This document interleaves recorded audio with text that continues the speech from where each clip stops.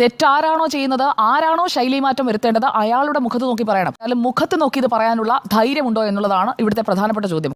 ഇതാണ് തിരുത്തേണ്ട സമയം. തിരുത്തേണ്ട കാര്യങ്ങൾ എന്താണ് എന്നുള്ളത് നേതാക്കൾ പറയുന്നു, അണികൾ പറയുന്നു, CPIM-നെ ഇഷ്ടപ്പെടുന്ന ആളുകൾ പറയുന്നു, ശത്രുക്കൾ പറയുന്നു, വിമർശകർ പറയുന്നു. എല്ലാവരും പറയുന്നത് ഒറ്റ കാര്യമാണ്: തിരുത്തണം. തിരുത്തിയില്ലെങ്കിൽ നിങ്ങൾ തരിപ്പണമാകും. തിരുത്തിയില്ലെങ്കിൽ തരിപ്പണമാകുമെന്ന് വരെ പറഞ്ഞു കൊടുത്തിട്ടും എനിക്ക് തെറ്റിയിട്ടില്ല എന്ന് പറഞ്ഞൊരു പ്രോഗ്രസ് റിപ്പോർട്ടും ഇടത് കൈയിൽ പിടിച്ചുകൊണ്ട് അതിലിടയ്ക്കിടയ്ക്ക് നോക്കി ഇങ്ങനെ ഇരുന്ന് കഴിഞ്ഞിട്ടുണ്ടെങ്കിൽ എവിടെയാണ് തിരുത്തൽ വരിക എന്നുള്ളതാണ് ചോദ്യം. ജനങ്ങളാണ് വോട്ട് ചെയ്യുന്നത്. അപ്പോൾ ജനങ്ങളിൽപ്പെട്ട പല വിഭാഗങ്ങളിൽപ്പെട്ട ആളുകൾ അവർ അകന്നു പോയിക്കൊണ്ടേയിരിക്കുകയാണ്. അതായത് വർഗീയത എന്ന് പറഞ്ഞുകൊണ്ട് ഒരു ഭാഗത്ത് BJP-യെ ചാപ്പ കുത്തുകയും അതേ രീതിയിൽ തന്നെയുള്ള ഒരു കാർഡ് എടുത്ത് ഇപ്പുറത്ത് മറ്റൊരു രീതിയിൽ അതെടുത്ത് പതിയെ പതിയെ വിളമ്പാൻ തുടങ്ങുമ്പോൾ അത് ജനം തിരിച്ചറിയും എന്നുള്ളതാണ്. അങ്ങനെയാണെങ്കിൽ വെള്ളാപ്പള്ളി പറഞ്ഞത് തെറ്റാണ് എന്നുണ്ടെങ്കിൽ, വെള്ളാപ്പള്ളി പറഞ്ഞതിനെ ഞാൻ പൂർണ്ണമായി എൻഡോഴ്സ് ചെയ്യുന്നില്ല, പക്ഷേ വെള്ളാപ്പള്ളി പറഞ്ഞ കാര്യങ്ങളെ തള്ളി പറയുന്നുണ്ടെങ്കിൽ എന്തുകൊണ്ടാണ് ഗീവർഗീസ് മാർ കൂറിലോസിനെ വിവരദോഷി എന്ന് വിളിച്ച അതേ പിണറായി വിജയൻ ഇവിടെയുണ്ടല്ലോ, സ്റ്റിൽ ആക്റ്റീവ്? എന്തുകൊണ്ടാണ്? ഇപ്പോഴും പ്രതികരിക്കാമല്ലോ. എന്തുകൊണ്ട് പ്രതികരിക്കുന്നില്ല? വെള്ളാപ്പള്ളിയെ തിരുത്തുന്നില്ല. വെള്ളാപ്പള്ളി വിവരദോഷിയാണെന്ന് എന്തുകൊണ്ട് പറയുന്നില്ല? അതാണ് അവിടെ ഉയരുന്ന ചോദ്യം. തിരിച്ചറിയേണ്ട വ്യക്തി അത് പൂർണ്ണമായും തിരിച്ചറിഞ്ഞു എന്ന് എനിക്ക് തോന്നുന്നില്ല. അങ്ങനെ തിരിച്ചറിഞ്ഞിട്ടുണ്ടെങ്കിൽ അദ്ദേഹമാണ് ഈ തിരുത്തലിന് തുടക്കമിടേണ്ടത്. മുഖ്യമന്ത്രി സ്ഥാനത്ത് പിണറായി വിജയൻ ഇരിക്കുമ്പോൾ അദ്ദേഹത്തിന്റെ മുഖത്ത് നോക്കി അദ്ദേഹത്തോട് തിരുത്തേണ്ട കാര്യങ്ങളുണ്ട് എന്ന് തുറന്നു പറയാൻ തയ്യാറാകുന്ന രീതിയിലേക്ക് നേതാക്കൾ മാറിയില്ലെങ്കിൽ ഈ പാർട്ടിയിൽ വേണ്ട രീതിയിലുള്ള ഒരു തിരുത്തൽ വരുമെന്ന് ഞാൻ കരുതുന്നില്ല.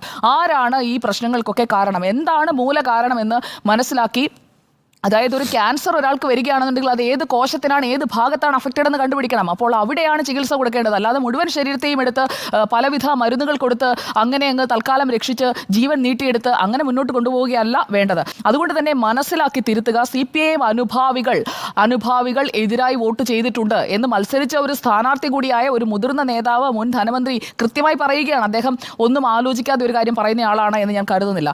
വോട്ട് വിഹിതം കൂട്ടേണ്ടത് ഇത്രയുമാണോ? BJP ഇപ്പുറത്ത് വളരുമ്പോൾ അതിനായി ഞങ്ങളുടെ വോട്ടുകൾ എടുത്തോളൂ എന്ന് പറഞ്ഞ് നോക്കി നിൽക്കേണ്ടവരാണോ ക്യാപ്റ്റനും സംഘവും? അത് തിരിച്ചറിഞ്ഞോ എന്നുള്ളതാണ് ഇവിടുത്തെ ചോദ്യം. അത് തിരിച്ചറിഞ്ഞിട്ടില്ല. CPIM-ന്റെ വോട്ട് ബാങ്ക് എന്ന് പറഞ്ഞുകൊണ്ട് പാവങ്ങൾ, സാധാരണക്കാർ അവരെല്ലാവരും എല്ലാ കാലത്തും ഒപ്പമുണ്ടാകുമെന്ന് പറഞ്ഞുകൊണ്ട്, ഞാൻ കഴിഞ്ഞ ദിവസം അത് തന്നെയാണ് പറഞ്ഞത്, അവരെല്ലാം എല്ലാ കാലവും ഒപ്പമുണ്ടാകുമെന്ന് പറഞ്ഞ് അവരെ മർദ്ദിക്കാനും അവരുടെ മുകളിലേക്ക് ഈ ഭാരമെല്ലാം ഇറക്കി വെക്കാനും തുടങ്ങുമ്പോഴേക്കും അവർ തിരിഞ്ഞു നടക്കും. കാരണം അവർക്കും ജീവിക്കണം. അവരുടെ മുകളിലേക്ക് വരുന്ന ഭാരം അവരെ കേൾക്കാൻ തയ്യാറാകാത്ത ഒരു സർക്കാരും പാർട്ടിയും പിന്നെ എന്തിനാണ് അവരവിടെ നിൽക്കുന്നത്? അത് സാധാരണ ജനങ്ങൾ ചോദിച്ചു പോകും. അതൊരു ഫാക്റ്റാണ്. അതേ ധാർഷ്ട്യത്തിലേക്കും ധിക്കാരത്തിലേക്കും പോകുമ്പോൾ ജനങ്ങൾ പറയും കടക്കുപുറത്തെന്ന്. അതാണ് സംഭവിച്ചുകൊണ്ടിരിക്കുന്നത്. അപ്പോൾ പാർട്ടിക്കുള്ളിൽ വേണ്ട അച്ചടക്കം എന്ന് പറയുന്നത് അത് എല്ലാവർക്കും ഒരുപോലെ വേണ്ടതാണ്. അല്ലാതെ താഴെയുള്ളവർ അച്ചടക്കം പാലിക്കുക, അവരെല്ലാവരും നന്നായി കഴിയുമ്പോൾ സിസ്റ്റം നന്നാകുമെന്നല്ല. മുകളിലുള്ളവരും ആ അച്ചടക്കം പാലിക്കാൻ തയ്യാറാകണം. തുറന്ന മനസ്സോടെ വിമർശനം കേൾക്കുക. ഞങ്ങൾക്കും തെറ്റുപറ്റും, എനിക്കും തെറ്റുപറ്റും, എനിക്ക് തെറ്റുപറ്റിയാൽ ഞാനാണ് തിരുത്തേണ്ടത് എന്ന് സ്വയം തിരിച്ചറിയുക എന്നുള്ളതാണ് ഇതിൻ്റെ ആദ്യപടി. കേഡർമാരിലേക്കും നേതാക്കളിലേക്കും പതിയെ പതിയെ അരിച്ചു കയറുന്ന ചില പ്രവണതകളുണ്ട്, ദുഷ്പ്രവണതകൾ എന്ന് പറയും. ആ പ്രവണതകൾ മാറ്റാതെ, അതിന് തടയിടാതെ മുന്നോട്ട് പോയിട്ട് ഒരു കാര്യവുമില്ല. ഇപ്പോൾ ധനസമ്പാദനത്തിലുള്ള ആഗ്രഹം, അത് ഒരു 25 വർഷം മുൻപുള്ള CPIM-ഉം ഇപ്പോഴത്തെ CPIM-ഉം അതിലെ നേതാക്കളെയും ഒന്ന് കമ്പയർ ചെയ്ത് നോക്കിക്കഴിഞ്ഞാൽ മനസ്സിലാക്കാൻ കഴിയും ധനസമ്പാദനത്തോടുള്ള താല്പര്യം എത്രമാത്രം മാറിയിട്ടുണ്ട് എന്നുള്ളത്.